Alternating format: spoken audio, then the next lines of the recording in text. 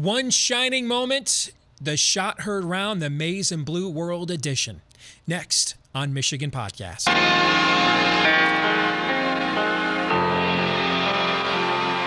the pass is going to come from Livers. He rifles it right in front of us to Abdul Rahman at midcourt. Extra pass. And it goes for the win.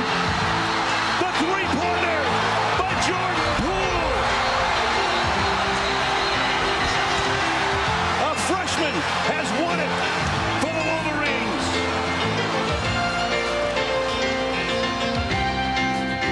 The ball is hit. There you are. You're running for your life. You're a shooting star, and all the years no one knows just how hard you worked, but now it shows. In one shining moment you reached deep inside. One shining moment you knew you were alive. Feel the beat of your heart, feel the wind in your face. It's more than a contest, it's more than a race. One shining moment you knew. One shining moment you were willing to try. One shining moment you knew.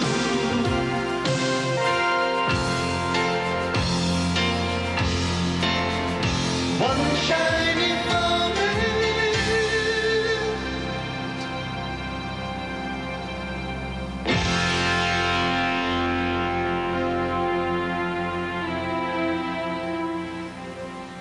Go Blue. I'm Steve Deace, and welcome to this week's edition of Michigan Podcast as we honor the shot heard round the Maize and Blue World that vaulted Michigan to its fourth Sweet 16 under John Beilein. The Wolverines now trail only Gonzaga in the most postseason wins in college basketball the last 2 years, and we're on our way to L.A. to play for the Final Four. Michael Spath from WTKA Ann Arbor will be joining us a little bit later on in this episode. We'll break down all the X's and O's, but I wanted to start off the top with sort of a big picture look.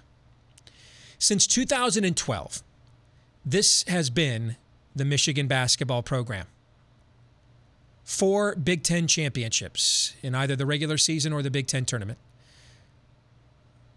4 trips to the Sweet 16.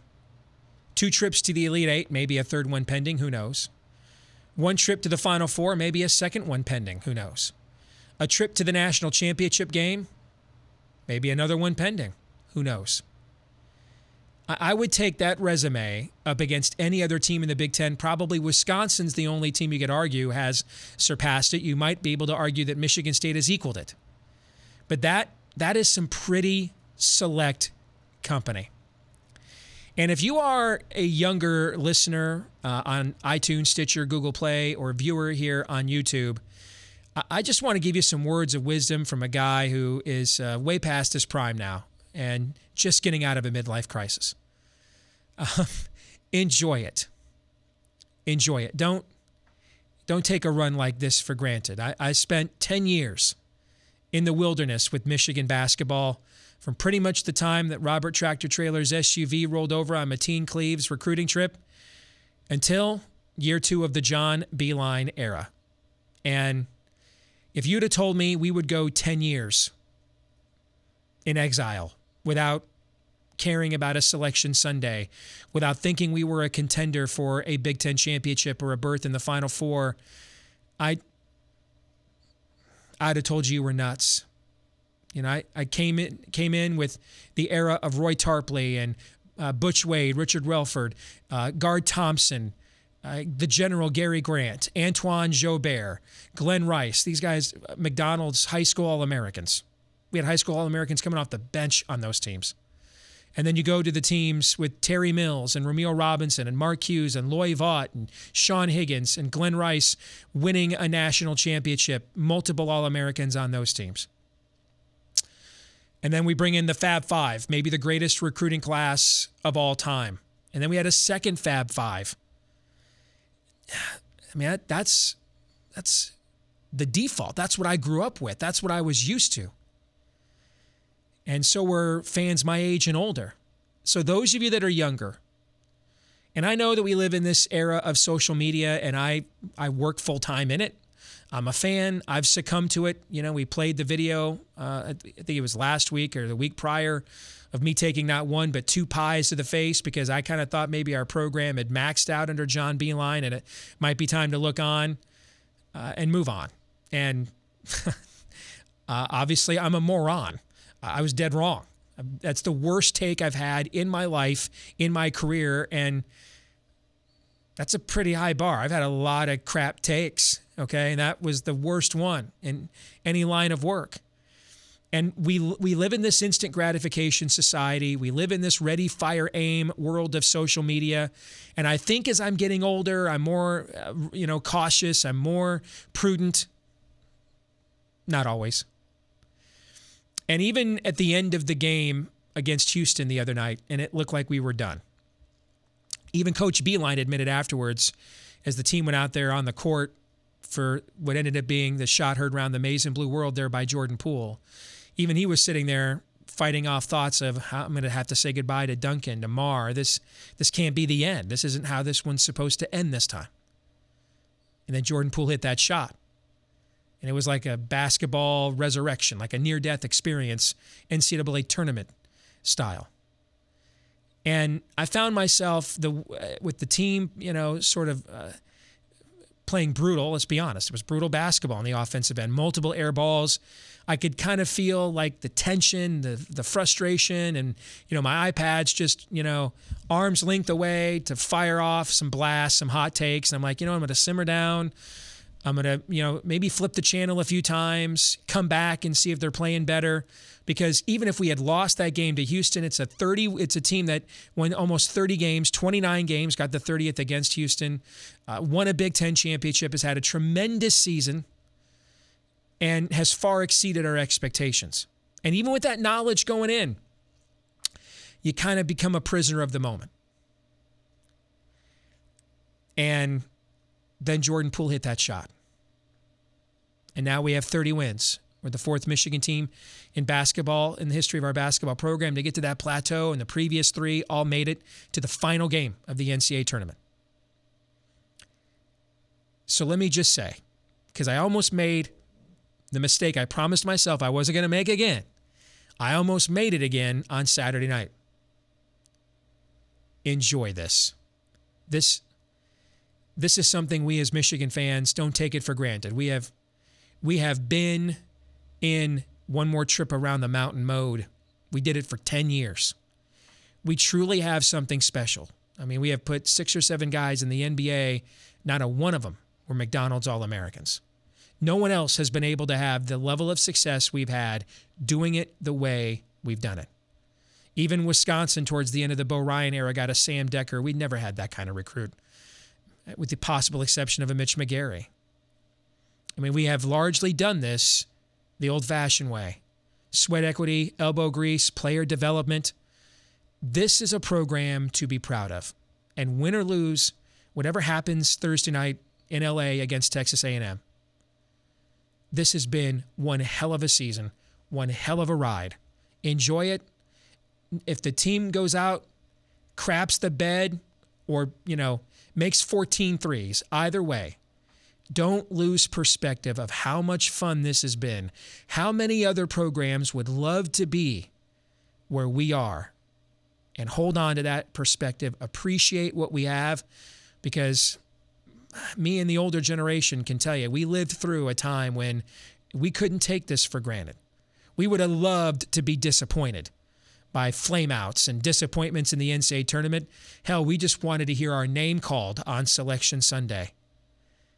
Enjoy the ride. This is something special. And with everything that we have going on as a culture, we're looking for safe spaces. We're looking for healthy distractions, places where we can kind of come together, people of various persuasions, beliefs, and still just enjoy slices of Americana. Well, for us as Michigan fans, this basketball program is such an oasis, and they deserve our gratitude. Go Blue. Back here on Michigan Podcast, and there's a look at our Patreon page. And if you stop right there for just a second, you'll notice that while we were off last week, I put together a podcast, 4 weeks till Selection Sunday, where Michigan basketball stands. And that kind of was able to tide you over while we took a 1 week hiatus since signing day. And if you're one of the folks that is supporting us on Patreon, you got to take advantage of that. You got to listen to that. And we greatly appreciate your support. I know a lot of you ask us, hey, what can we do to get more content from you guys? Well, keep in mind, we are taking time away from the stuff that actually feeds our families to put this together as a labor of love every single week. And so if there is a group of you out there that says, hey, we really support what you're doing, we want more of it, this is one surefire way to get us to open up more of our schedule to produce even more content. And plus, if you're a Patreon supporter, you get access to exclusive content separate from what we put out here for free on iTunes, Stitcher, Google Play, and YouTube every week as well. So check us out. Check us out at patreon.com/Michigan Podcast. Back here on Michigan Podcast, joined by our weekly guest, Michael Spath from WTKA in Ann Arbor. And Michael, I'm wondering, is your voice fully recovered from the aftermath of Jordan Poole's shot heard round the maize and blue world? Mine is not completely back yet, but what about yours, brother? You know what, I would say mine is largely because of the fact that my wife was sleeping at the moment it took place. And while I yelled out loud and woke her up, I couldn't really do much more than that because then she would have been really, really ticked at me. So I try to keep it bottled down a little bit. But man, it was every bit as much fun, I have to say, as when Trey Burke hit the shots. Some of the crazy things that have happened, just where you're just celebrating at the top of your lungs. And really just the moment as a sports fan, as a Michigan fan, then let's face it, I mean, you and I have talked about, we haven't had that many moments when it comes to football the last couple of years. Not as many as we thought we were going to have. And you look at maybe the 2015 season, that Florida Outback Bowl game, when we really kind of went nuts. But this was as good as it gets, absolutely as good as it gets. Now, America should know you are in a mixed marriage. You are married to a Sparty. Right? So I am. I'm wondering, when that happens, when good things happen to the other spouse's school that doesn't directly negatively impact the other spouse's school, do you guys rejoice in that? Was she happy for you, or was she like, I don't want to hear any more about it? She is way happier for me when Michigan has success because she knows what I do for a living. She knows what the impact is going to be on my day-to-day operations than I am for her. Her fandom is, I don't want to stereotype here because there's a lot of women out there that are hardcore football fans, but I mean, she's the type of girl that showed up to the tailgate, showed up to the party for the party and not necessarily for the actual football game. And so while she loves to be part of that, when the game ends, win or lose, it doesn't really make a big difference to her. Although I would say when they beat Michigan in something, she does love to rub it in for about 24 hours. But no, she was not. Michigan State lost on Sunday. We were on the playground with my niece, and Amy didn't bat an eye about it. It didn't bother her very much at all. Well, let's talk about what this team has already accomplished. I think this is the fourth Michigan team ever to win 30 games in a season. The previous three all went to the national championship game. They've got the second most postseason wins in college basketball the last 2 years, behind only Gonzaga. John Beilein, against the point spread, is the best active coach in college basketball in postseason tournaments coaching today. We just look at everything this team has accomplished, given what the expectations were going in, given, the loss of Zach Irvin and Derek Walton, and we've talked before, this is a totally different team. from the team we saw make a similar run in March last year through the Big Ten tournament and then to the Sweet 16. And just the way that John Beilein's been able to reinvent himself. I mean, we were thinking of playing North Carolina this round, and this is a totally different team from the one that played North Carolina on November the 30th. Just take a step back, Michael. Look at what this team has accomplished this far to get to this point and kind of put it in perspective for us. Well, can you read that stat for me again? What did you say that they are the fifth best team in terms of wins, or what was the stat? Because I thought that was pretty incredible. Only Gonzaga has won more postseason games the last 2 years than Michigan has. Wow, that's pretty cool. You know, it's I've been thinking about this a lot, about where this Michigan basketball team is, where its future is headed, what it's like compared to other programs around. I think we saw the stat that Michigan basketball tweeted out earlier this week that said that in the last 5 years they've been to more they've been to as many Sweet 16s as the most of any program out there. And you look at the other programs, and it was Duke and Gonzaga and Kentucky, I think, was on there. And I mean, we're talking about a state of Michigan basketball where they really belong in the conversation with the best programs. And they're doing it in a way, Steve, that you know as well as I do. They're doing it in a way different from every other program out there that is at this level, with maybe the exception of Gonzaga. I mean, they're competing at an extremely high level. They're a bona fide, year after year Sweet 16 team with a chance to do a little bit further than that when the things break right for them. But they are competing with the blue bloods of college basketball. And Michigan, maybe traditionally has been a blue blood, but to be a blue blood today, you have to get one-and-done players. You have to do the Mike Krzyzewski way. You have to do the John Calipari way. You have to do what Tom Izzo has done, is essentially sold his soul a little bit the last couple of years to bring in players like Jaren Jackson Jr., Miles Bridges, that are going to be one- or two-and-done players. That's what you have to do in college basketball, or at least that's what we thought you had to do in college basketball to be successful. And John Beilein's turning this whole thing upside down. And I got to say, it goes back to, if you're a Michigan man here, and the idea of leaders and best. And sometimes we glaze over that a little bit, Steve. I'm sure you do too. We kind of laugh about it, and really doesn't mean anything. But is there any greater proof that Michigan truly is the leaders and best with the way that they've been running this basketball team and having success, doing it their way, doing it the right way, and not having to sacrifice championships and success to do it the right way? I love it. I absolutely love it. I believe, just to further reinforce everything you just said, brother, I think Michigan under John Beilein is at 7 players they've had drafted by the NBA with no McDonald's All-Americans. There is no other school that can come close to approaching that. And then you look at what Michigan's done since 2012. They've got 4 Big Ten championships, either regular season or tournament, 2 Elite 8 berths, maybe a third one on the way, depending on what happens Thursday night. 4 trips now to the Sweet 16, a Final Four, a national championship game appearance. Maybe with the possible exception of Wisconsin and what Bo Ryan did with the amazing run he had there in Madison. No other Big Ten team can approach, I think, or at least surpass that run that Michigan has had since 2012, Michael.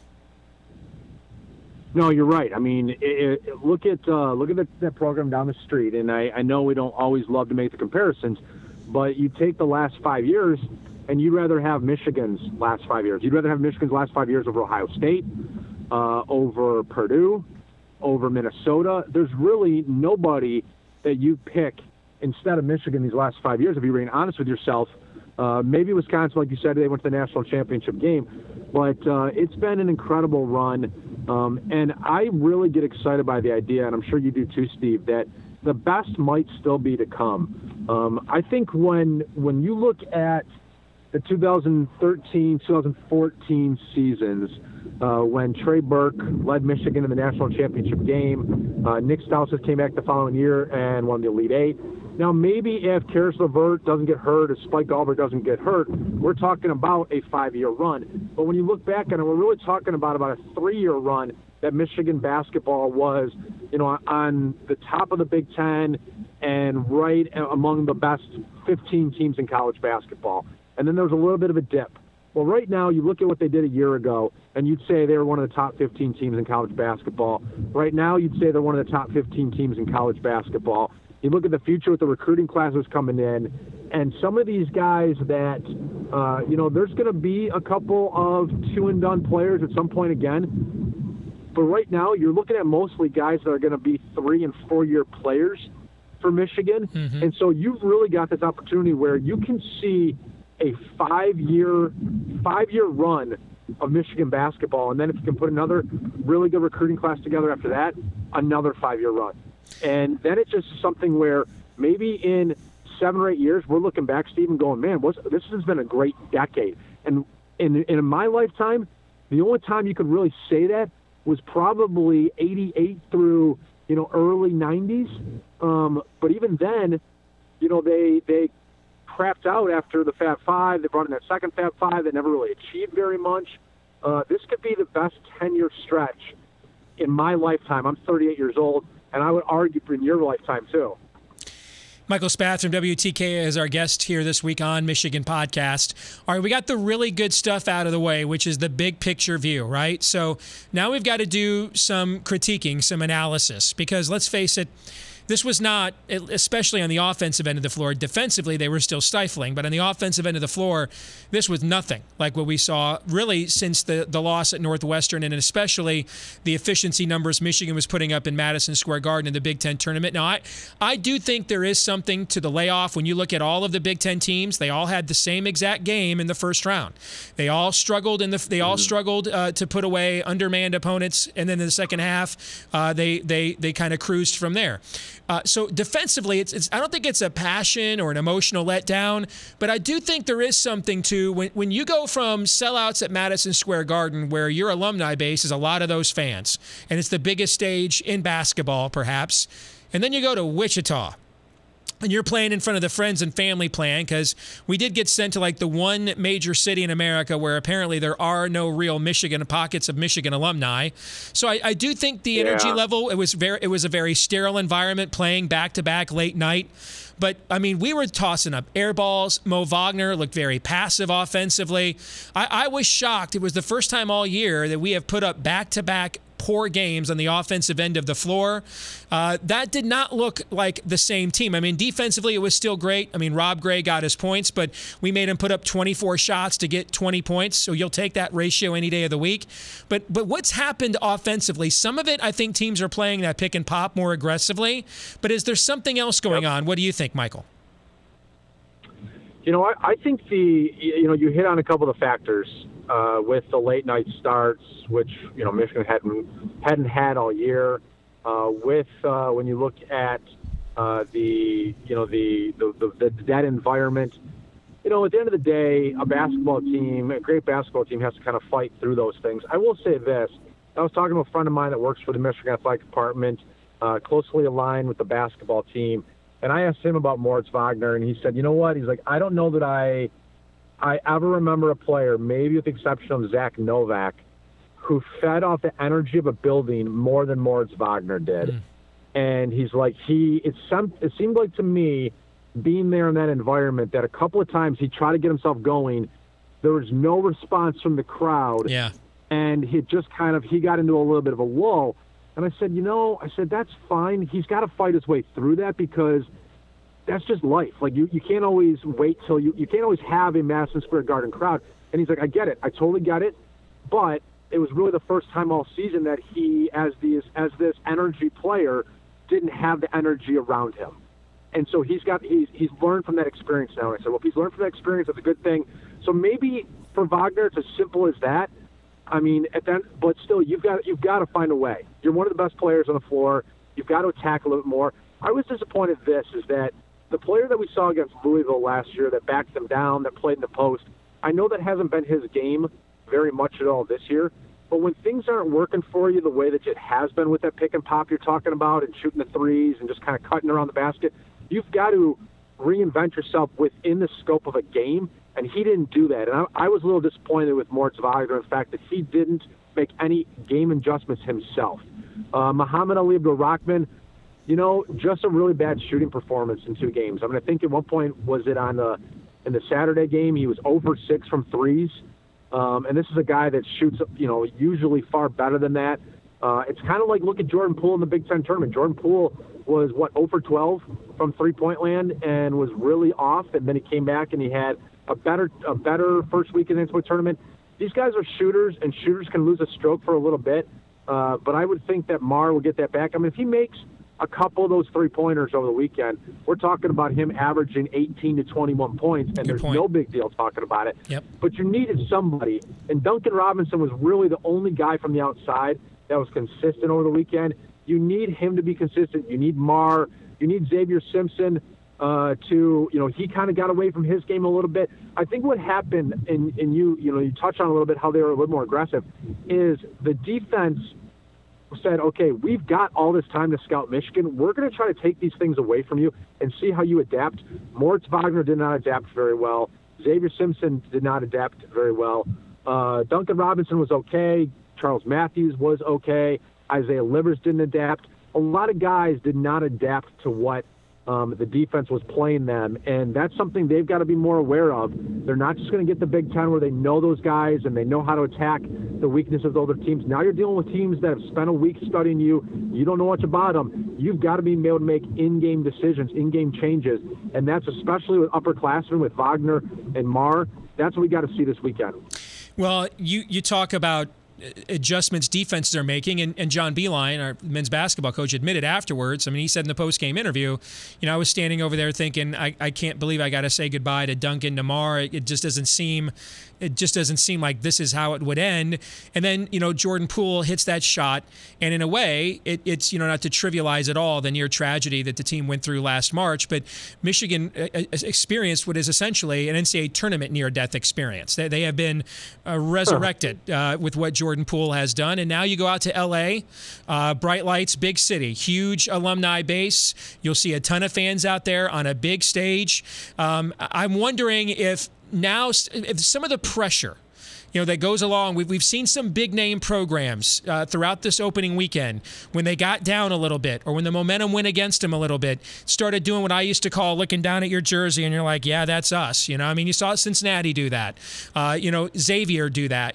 Teams that aren't used to huge spotlights, in Xavier's case, the first time ever as a number one seed. In Cincinnati's case, they haven't been past the Sweet 16 since 2012, and so they're kind of known for NCAA tournament chokes. And when they get those pressure-packed situations, and it begins to dawn on you, hey, as the favorite, hey, if you lose, your entire season is over. You saw this with Virginia, the snowball effect. I think we went through that this opening weekend, and now I wonder, when you have a shot like that, it gets fun again. You're playing with house money a little bit. I'm wondering if we're going to see a looser team and how much of that will factor in to some better shooting in Los Angeles. Well, I'll tell you what, we have Mel Pearson from Michigan Hockey, the hockey coach, on our show every Tuesday, and we were talking away from the microphone, and he was saying, what really excites them about this weekend, and I promise I'm coming back to basketball, just give me about 30 seconds. He said what really excites them about this weekend is they're going on the road to play two teams, potentially. They got to play Northeastern and beat them, and then they got to play Cornell or Boston University. He said, if we're going on the road, we're going to somebody else's territory, we're going to be the hunter. And he's like, I'll be honest with you, when we were the hunter the entire January and February, that's when we were playing our best hockey. Mm-hmm. And then late in February, early March, we became the hunted all of a sudden, and our team didn't know how to respond to that. And when you look at this Michigan basketball team, during the regular season, yes, when they played Penn State, when they played Northwestern, that's not a great example, but when they played Rutgers, when they played some of these teams, they've been the hunted, and they've been able to, they find a way, they have the intangibles. But in the Big Ten tournament, Michigan basketball in the Big Ten tournament was the predator. And they were overlooked last year, and they went on that great run. They were overlooked this year being the 5th seed, and they went on a great run. What happened in the NCAA tournament? They were, again, the favorite in both games, and both Montana and Houston got to come after them that way. And I don't think Michigan has yet figured out how to play loose and have fun, and as you said, play with house money when they're the favorite team and there's expectations. This weekend, I guess it would depend how you look at it. Texas A&M's the hot team that just beat and blew out North Carolina, so a lot of people are talking about the Aggies. Gonzaga's probably the favorite to come out of the West overall, and so Michigan can kind of get back in that mindset that they feel comfortable in. Now, the sign of a great championship program is when a team can get over that hump and realize, we are being hunted, and we can still play our best basketball. But you know what? You look at March Madness this year, and there's a lot of teams. Virginia, North Carolina, Xavier, Arizona, that were the hunted. And you're thinking to yourself, like, well, these are big-time programs that are used to that. Guess what? You never truly get used to it, because when you play a little bit on your heels, when you play a little bit nervous about, like, well, we've got to show out because all the expectations are on us, look what happens so often. And the upsets happen because they have a better mentality. They have a better attitude about their game, about the way that they play. It's sports. It's the one part people don't talk about very much, but your attitude of how you come into a game, how you're perceived, how you play with that type of confidence has a dramatic impact on how these games unfold. Final question, Michael, looking ahead to the matchup against Texas A&M. They are, a team, if we would have talked in early December about Texas A&M in the Sweet 16, they were a top 10 team, got off to a great start. They had a myriad of off-the-court issues between suspensions and kicking guys off the team. They lost 5 or 6 guys, got several of them back, finished strong, and then you saw the physical size they bring to the table against North Carolina. They are reminiscent, I think, of the Louisville team that Michigan played in the second round last year. I think the bigs for Louisville were a little longer and more athletic. These guys are a little thicker and more physical, and reminiscent of the kind of style that Michigan has played against Michigan State, and John Beilein's won 3 straight against Tom Izzo by double digits. So I think this game comes down to who can force the other team to play its style, and where I think Michigan has an advantage is the experience in the backcourt. A&M relying on freshmen there because of some of those suspensions. And you mentioned a key name. I think Marr is a key player here. I think his savvy, his experience is going to go a long way in dictating whether we have to adjust to their size or we get to spread them out and force them to adjust to us, as we did with Louisville last year, as we did with Michigan State a couple of times this year. Your thoughts on that matchup? So, guys, for me, and you mentioned Michigan State, and we talked about that a little bit on our show on Tuesday, the comparisons, but I really think about the Purdue game last year with Isaac Haas and Caleb Swanigan, 2 bigs. It's a good and analogy. if Matt Painter had a backbone, if Matt Painter had a backbone and a soul, he would have figured out a way to make Michigan play his team the way that he wanted to play, with both of those guys on the floor at the same time. Instead, John Beilein said, I'm going to put Duncan Robinson in the game. I'm going to put Moritz Wagner. We're going to take you away from the basket. And they started hitting their shots. And Matt Painter's like, well, I can't guard both a 4 and a 5, an undersized 4 and a 5 with my 4 and a 5. I can't do it. I can't risk getting burned. I'm only going to put one of those guys in the game at the same time. I'm going to put Vincent Edwards on the 4 and try to get more athletic. Well, guess what? That didn't work for him either. The key for this is, as you said, who dictate the game? Well, for Michigan to dictate the game with Texas A&M and get them to play their way, they've got to hit those shots from the outside early in the game. That's been probably one of the biggest frustrations, is their three-point shooting. They've got, not the caliber of three-point shooters that we've been used to seeing on John Beilein teams, but he's got good enough ones. If Marr, if Duncan Robinson, if Isaiah Livers, if those guys can come out early in the game and hit some big shots from 3, that's going to open up the entire middle of the court for Michigan, and that's going to force Texas A&M to say, look, I'm sorry, we want to have our 2 bigs in the game, but we can't guard Duncan Robinson. We can't guard Isaiah Livers. We can't guard Charles Matthews if he slides down to the 4 with our bigs, and they're going to burn us from the outside. And 3 points always count more than 2 points. I learned that a long time ago. And so that's what's going to come down to. And let's hope that they find their shooting stroke, because if they don't find their shooting stroke, Steve, it's not going to go Michigan's way. You know what, though? Win, lose, it has been an insane season. It's been so enjoyable to watch this team grow, the way they play, the style they play, the overdose of swag, as Coach Beilein would put it, that I've just, ever since Madison Square Garden, the rest to me has been gravy. And this is just an insanely fun bunch to watch. And it's always fun to talk to you as well, Michael. Thanks for joining us again this week on Michigan Podcast. Well, and I agree with you, but that's the thing about it, Steve, is that you don't want it to end. Right. You're having so much fun. You just want to keep it going. If they lose this weekend, we can sit here and talk about it, but think how much fun it would be to have one more weekend and then have another. I mean, you just want to keep it going because they are such a great group to cheer for. That's a great point. Good to see you, Michael. Thanks for joining us again, brother. Take care. Go Blue. Thank you, guys. More Michigan podcasts next. Looking ahead to spring football, and next week's episode will be our spring football preview. We asked you on Twitter this week, what's the biggest question facing Michigan football heading into spring practice? It gets underway, I think on Thursday, actually. And we asked you, hey, other than Shea Patterson's eligibility, which is first and foremost in everybody's mind, a majority of you said by far it is the offensive line. 39% of you say, hey, it's going to be quarterback if Shea Patterson is ineligible. Only 6% of you expressed a primary concern about how those new coaches work out. And I agree. To me, it's the offensive line for Michigan, guys. It's like real estate and location. First 3 rules of real estate are location, location, location.